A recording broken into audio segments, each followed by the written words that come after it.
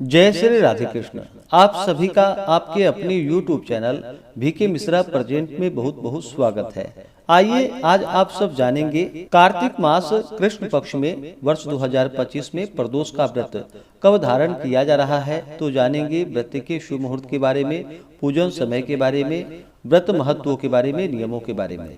प्रत्येक माह के कृष्ण पक्ष और शुक्ल पक्ष की त्रयोदशी तिथि के दिन जब भी प्रदोष काल का समय प्राप्त होता है, उस दिन प्रदोष व्रत को धारण किया जाता है।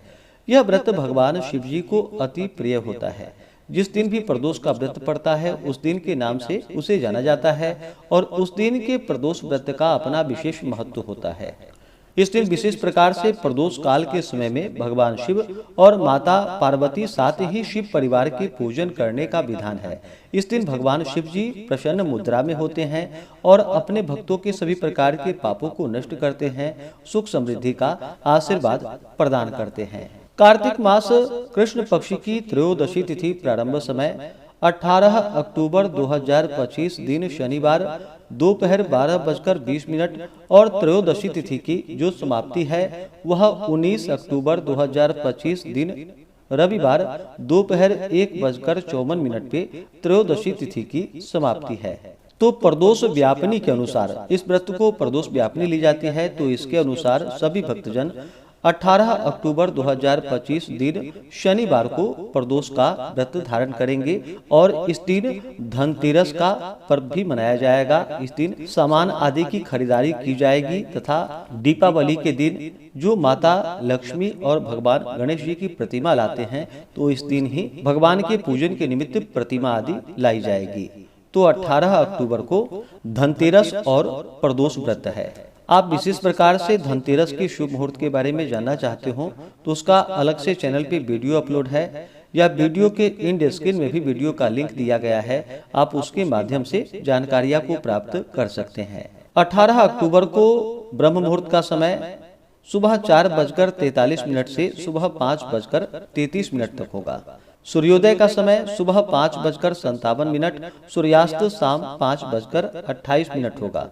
18 अक्टूबर को राहु काल का समय सुबह 8:50 से सुबह 10:16 तक होगा। राहु काल समय के दौरान कोई भी शुभ कार्य या नया कार्य नहीं करना चाहिए, इस बात का ध्यान रखें। प्रातः काल पूजा का शुभ मुहूर्त सुबह 5:08 से सुबह 6:24 तक होगा। अभिजीत मुहूर्त का समय सुबह 11:43 से दोपहर 12:29 तक होगा।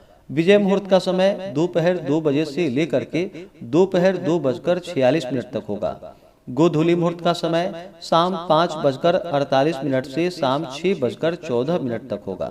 भगवान शिव के पूजन के लिए प्रदोष काल पूजन का शुभ मुहूर्त जो कि शाम 4:58 से लेकर के शाम 6:58 तक भगवान शिव जी का विशेष प्रकार से पूजन करे तो बड़ा ही पुण्य फलदायी होगा।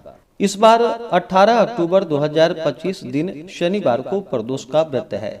जब भी शनिवार के दिन प्रदोष का व्रत पड़ता है तो इसे शनि प्रदोष व्रत के नाम से जाना जाता है। यह व्रत संतान प्राप्ति के निमित्त धारण किया जाता है। इसे धारण करने से संतान लाभ की प्राप्ति होती है।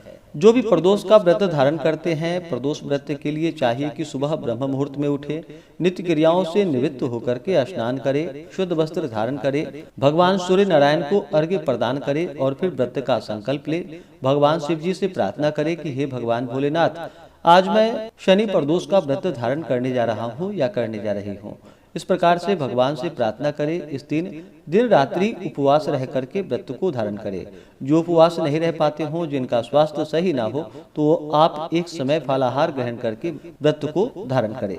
भगवान का इसलिए सुबह के वक्त और विशेष करके शाम को प्रदोष काल के समय में विशेषकर भगवान गणेश जी का, साथ में नंदी, श्रृंगी, भृंगी, कीर्तमुख, कुबेर, कार्तिकेय, सर्प देवता की पूजा करे। इसके बाद भगवान शिव और माता पार्वती का पूरे विधि विधान के साथ पूजन करे, कथा श्रवण करे, शिव चालीसा, शिव स्तोत्र आदि का पाठ या श्रवण करे, भगवान की आरती करे, निराजन करे, पुष्पांजलि करे।